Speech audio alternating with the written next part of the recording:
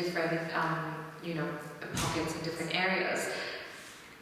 Do you think, well, that's been a development, but on the flip side, there's also been increasing punishment for critiquing and criticizing Israel. It's been much harsher. We've seen that sweepingly across different states in the US. We are expecting that, quite frankly, here in Australia as well. I wonder how you see this playing out and where you do see these threads of hope and how and what we need to be doing here more of to kind of facilitate these connections if there's a role for us to play.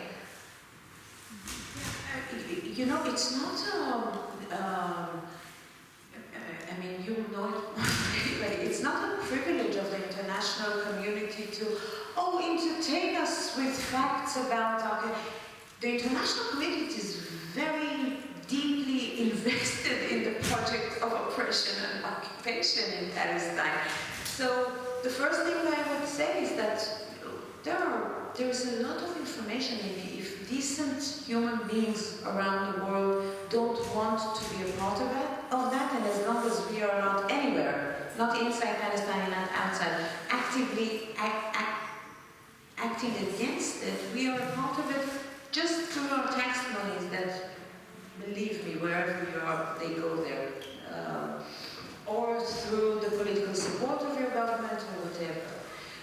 There are websites like Who Profits from the Occupation. You can find their local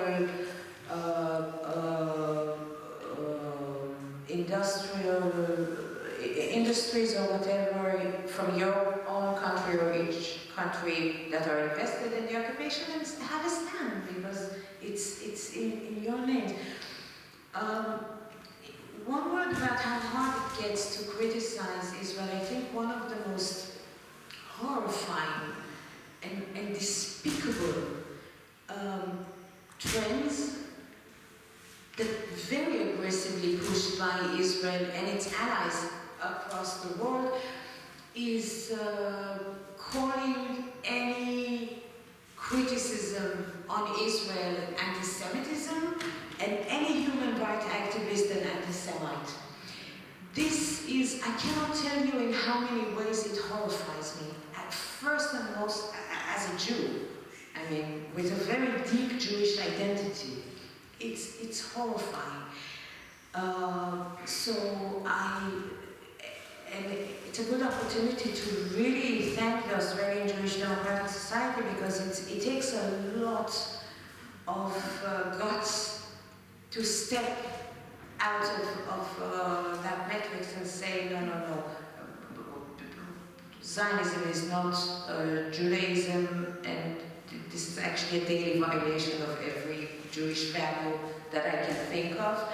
And so I think those voices within the Jewish diaspora are extremely, extremely important. And again, that's our job. We cannot leave Judaism to be completely hijacked by Zionism. That's a whole tragedy by itself.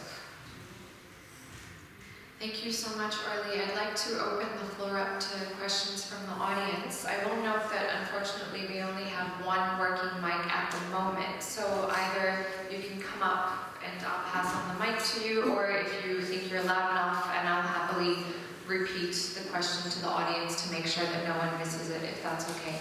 So do we have any questions? Okay, we'll go gentleman in the front. Yeah, thanks for the talk. I have a question about where you started about the nation-state law. Like more recently, we've seen some resistance to the nation-state law within Israel, particularly around Ethiopian Jews.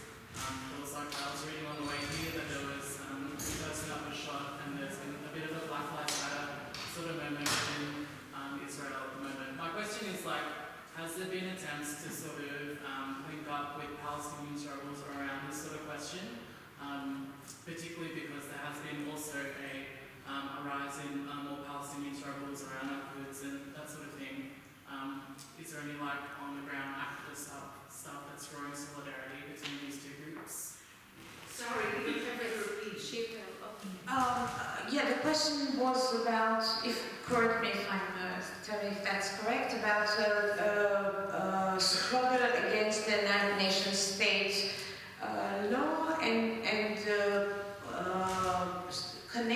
between different struggling communities, the Palestinian and the Ethiopian, regarding the police brutality. There were huge demonstrations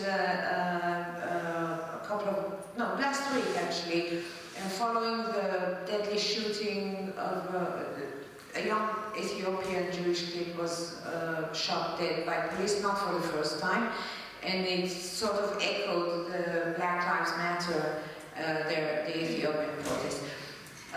So two sides to that question. Resistance against the nation-state law, a lot. There are right now hanging more than 60 petitions to the High Court of Justice against that law. All of them were put on hold until the reforming of the next Knesset, because the Supreme Court said that, well, we don't know what the next Knesset is going to do actually with that law, so we will just wait. And of course they are not very eager to hold that very hot potato. But then, if you look, and there were tons of demonstrations, particularly two massive ones against that law, one by the Palestinian citizens from a very Palestinian perspective, the other by the Druze community. Their narrative was very different. Their narrative was, we served in the army, we have an alliance with Zionism ever since the establishment of the state, and the Druze, largely speaking, do join the army. We detached ourselves from the Arab identity. We don't even call ourselves Arabs anymore. We call ourselves Israeli Druze. And now we are included in that law as if, I mean, you force us to, you outcast us even though we were hoping to be incorporated into that project. These are two very, very different stands that you can already see that it would be hard to reconcile between them. The Ethiopians take that complexity even further, because if you listen carefully, in the demonstrations of the Ethiopian community, one of the slogans that they were shouting is, "We are not Arabs. Don't treat us like Arabs." Yeah? And we served in the army, and it was repeatedly said that, you know, all of a sudden, hey, that we are black, but we are Jewish, we are not, and you're shooting us as if we were Arabs. And another thing in that context, Palestinians usually will meet in the checkposts Mizrahis and Ethiopians, and are being daily humiliated, shot at, shoot at by Mizrahis and Ethiopians. There is a reason why the state puts Mizrahis and Ethiopians in these places of confrontation, like the actual physical confrontation with the Palestinians. But I don't expect the Palestinians to care about those reasons. They don't. I don't expect the Palestinian to think, oh, actually the Mizrahi and the Ethiopian is being discriminated against and oppressed by himself. No, he is now pointing the gun at me. So there is a lot of work to be done before we can actually think about those groups struggling together, even though I think the interest is certainly there. So a very divide and conquer strategy, even within 48, quite obviously. Yeah. I have a question there at the back. Yes. So I would like to ask, largely Mizrahi Jews tend to lean right within Israel, that they largely form the voting base of Likud, among other right-wing parties. So could you please analyze how they end up this way, and how they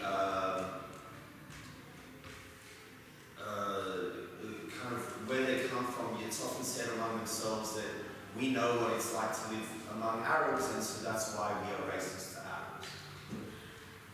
So the questioner asked and stated that Mizrahi Jews form quite a large right-wing base, or within the community tend to lean right. Why is that the case? And if Orly could provide an analysis as such, and give a little bit of detail around the fact that they've experienced racism before and therefore are okay with being racist towards Arabs. Is that correct? Yes, excellent. I think this narrative of, oh, we lived with Arabs, we know how they are, so we can, that's a way, it's a narrative that was adopted, but it's not the generator of these political trends. It was adopted then later as partly imposed upon the Mizrahim, partly adopted because that's what they understood that the Zionist sphere wants to hear. But that's not the... First of all, it should be said that all of Jewish Israeli society is in deep right now. It's not just the Mizrahim. Everybody is there. I mean, we've been going further and further and further to the right, and that nonsense about center political, like the center of the political Jewish scale. Who is the center today? It's meaningless. So let's not just by acknowledging the fact that it's not just the Mizrahim, it's everybody. It is true that historically the Mizrahis are more associated with the Likud party, but that's because of an entirely different reason. It's because they're very well justified resentment towards the receiving Ashkenazi so-called socialist system that accepted them to the country in the early 50s, in the 1950s. That was Mapai of Ben-Gurion, Mapai of Abba Evan, Mapai of, with all the right terminology and socialism. But when the Mizrahis came here, they were treated, they were seen, and Abba Evan actually called them like that, the natural workers. They were brought to be the cheap labor. They were brought here to be... So for years, until the switch in 1977, the elections that brought Begin, for the first time, somebody actually looked at the Mizrahim not as a dispensable, trash that Ashkenazi socialists, so-called left-wing, always treated the Mizrahim. Now, I'm not saying that the Mizrahis were treated any better, that there should be no misunderstanding about that, that they were manipulated and they were abused by the right wing, but the right wing just had better populist terminology. They could flatter, at least, or not be so arrogant in their encounter with the Mizrahim. So I think it's more sociological reasons rather than actual political ones. It's an interesting analysis, and I think it's also interesting to see some of these trends repeat themselves, and we often forget that race and class are not actually mutually exclusive. It's always an important thing to remember. All right, I have Alisar, and then Jennifer, and then the person at the front. So Alisar. Which brings me to the question of what's happened to the left in Israel, or even the center. Did they all migrate? Did they die? Like, they're very quiet. They were extremely active in the lead up to the 93 Oslo Agreement. And suddenly, everything just fell apart. So, and usually, if you look at history and the rise of fascism, the counter to that is usually a rise in leftist activism and a counter-reaction to the rise of fascism. The rise of fascism in Israel, to me, seems completely unabated. So what is happening with the Israeli left? Does it still exist, apart from the Communist Party? And if they do exist, what are they saying, and how they counter-reacting against the rise of fascism and racism in Israel? So to paraphrase, where's the left? Is there anything left? I appreciate that. Is there anything left of the left? Not much. Not much. But you know, I think I will answer your question, but for me it brings a whole different question. Was there ever a true left in Israel? I don't think so. I think that the reality just pushed whatever was left of the left further and further to face it kept peeling the masks off and off and off until you need to deal with the core question of Zionism. There is no way around that. There is, and that goes also to your question about the Mizrahim and the left. There is a beautiful moment in a documentary called Ashkenaz by Rachel Leah Jones. If you get to see it, it's really highly recommended.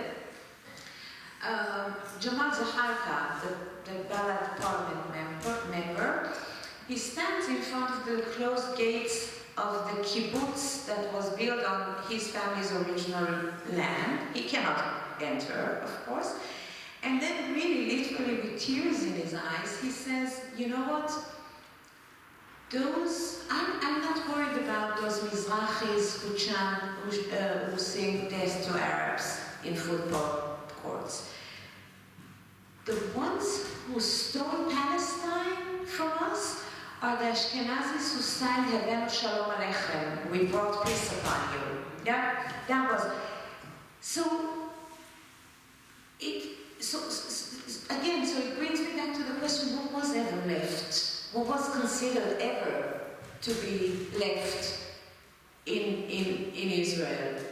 It was only just about what happens beyond the Green Line, because that so-called left did a huge fortune out of the 48 war, and they don't want to talk about that. I mean, the Mizrahis were able to a little bit upgrade, not a little bit, sometimes a lot, upgrade their socioeconomic situation in the new settlements that were heavily subsidized outside the Green Line. So they are now invested deeply in the occupation project. So the Ashkenazi so-called left doesn't care so much, give back the land, it's not our houses. We live in the beautiful Arab houses in Bakra and Jaffa and Haifa. So it's not bad. So the question what happened to the left becomes for me less interesting, because I don't think there was ever a true left. If it's going to emerge, I think that the whatever is left of those who self-identify as Zionist left, they're doing such a wonderful job in self-destruction that once they are eliminated altogether politically, then we might have a chance to actually say, okay, it's either you step out of the frames of Zionism, or just find different terminology to describe what it is that you are. Ceding power is never really comfortable, though, is it? That's what it was happening. If you'd like to ask your question, and Jennifer will be the last questioner. Yes. Yes. I thought quite a sway. If you can keep it to a question, I would really appreciate that, just for time. Coming back to the question about the nation state, which issue began. I think it's a matter of demography that is worrying them. Because obviously they want to keep Jews in the majority and the Palestinians as low as possible. So that's one reason. So, coming back to the kindergarten packages, I think there's method to this madness because Netanyahu so far, when things are going against him, just has to stand up and shout, security threat, and everyone stands to order immediately.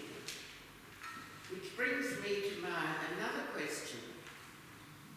Is there any hope with the new group that's been formed for the new, because there's another election any day?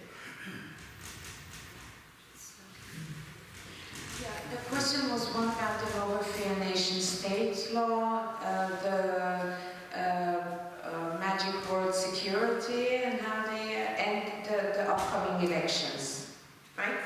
Okay. You're certainly right about the massive role that the obsession with demography plays in Israel. There is no question about it.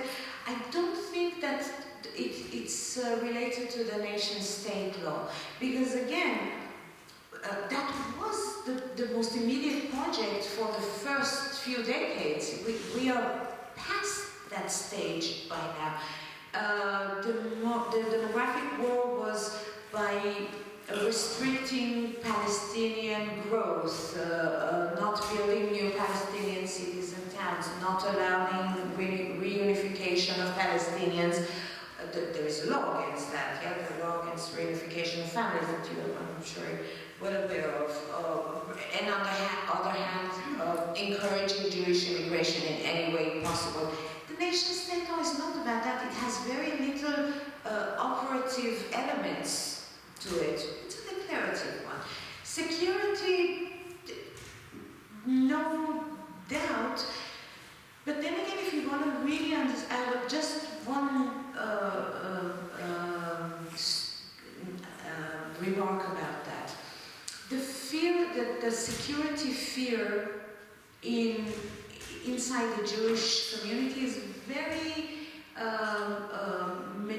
very well thought of and manipulated by the government. There is no doubt about that. But if we want to understand Jewish society in Israel, we shouldn't disregard that what they feel is real.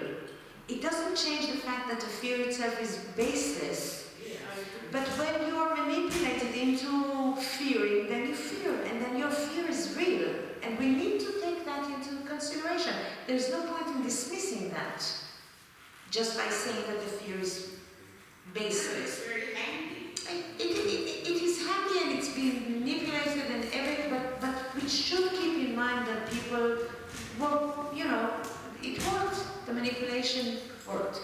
About the elections, the only one good thing that might come out of it is to give the Palestinian parties a chance to reunify, because the dispersal of the joint list was catastrophic in every imaginable way.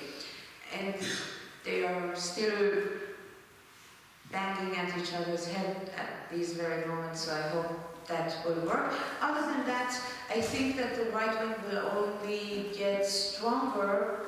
I don't know how well you know the Israeli election system. You need to cross a certain threshold in order to... So if you don't, even by 2 votes, all of the votes you got are just going to trash. The 2 parties who were the closest to enter and didn't make it, one is extreme right-wing and is more than the others. So they need just 2,000 votes to move from Likud to Bennett's party, for example, which are votes for Netanyahu anyhow, because Bennett will not sit with anybody else as prime minister. But then, all of a sudden, you got 7 more mandates for the right wing. At the expense of course, center-left. So Netanyahu is, as far as we can see, unless he makes it behind bars. Well, but he wanted to Well, I suppose with the backing of Trump and Kushner, that's another added element to consider. And I mean, I think what I'm hearing is people are interested and have an appetite in how we connect with, if there is a very little left movement, how do we connect with them?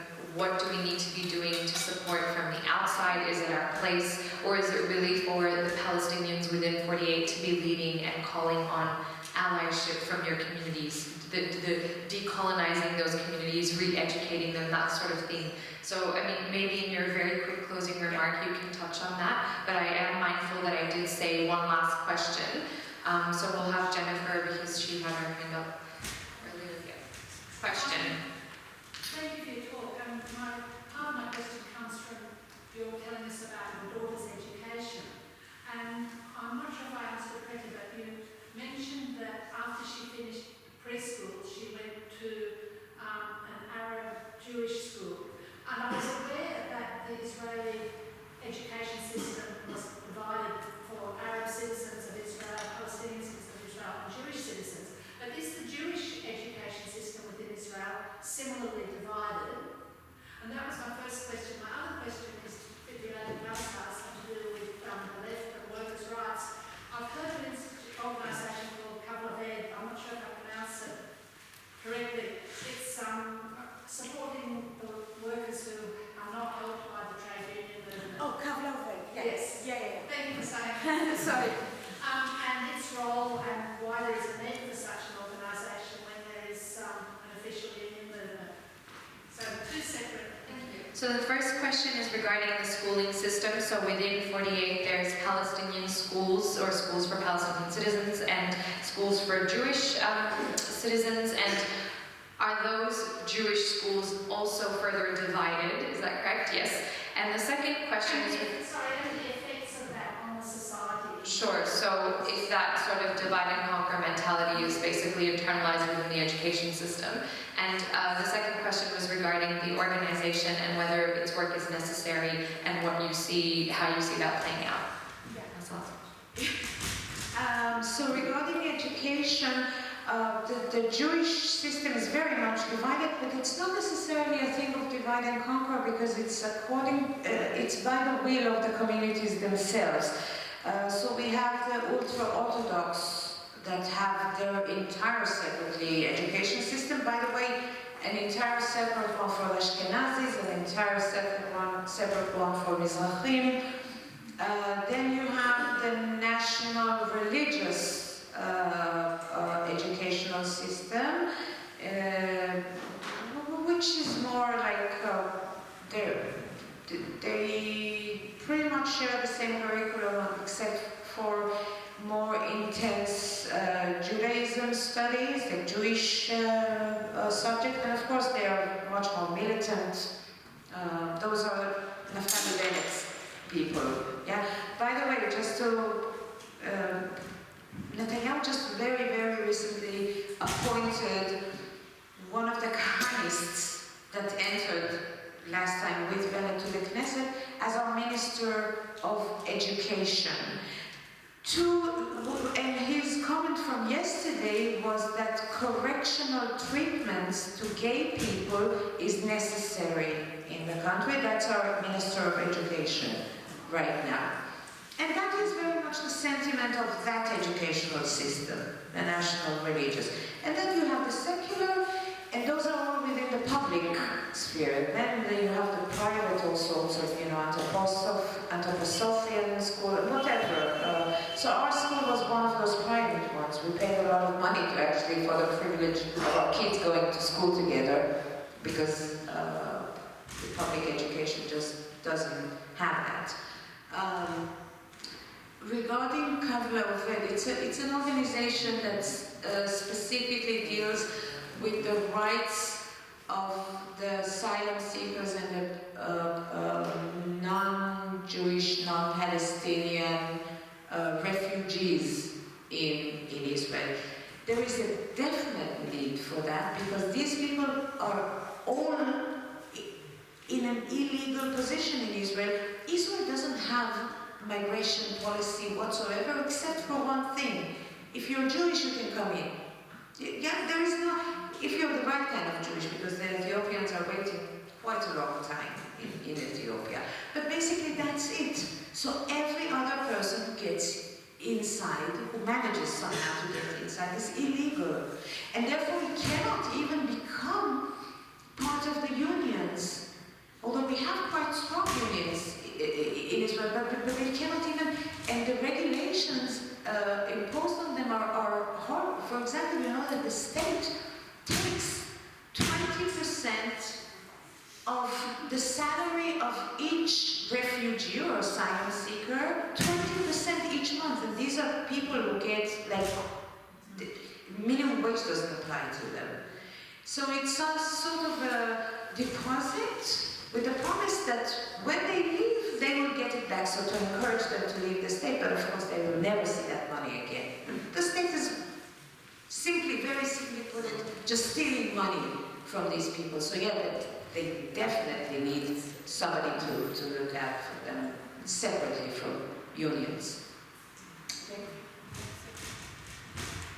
Well, I want to thank you all so much for being patient with us throughout the sort of mic IT issues and also through the noise issues. I have no idea what that is, but it did keep me on my toes.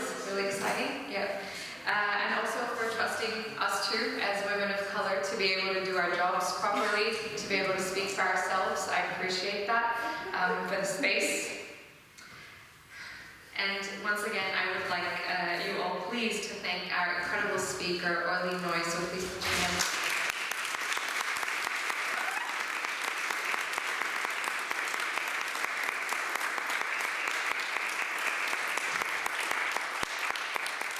And of course, I would also like to thank the Australian Jewish Democratic Society for this event and for all the critical work that they've been doing. So please make sure that you support them, check them out.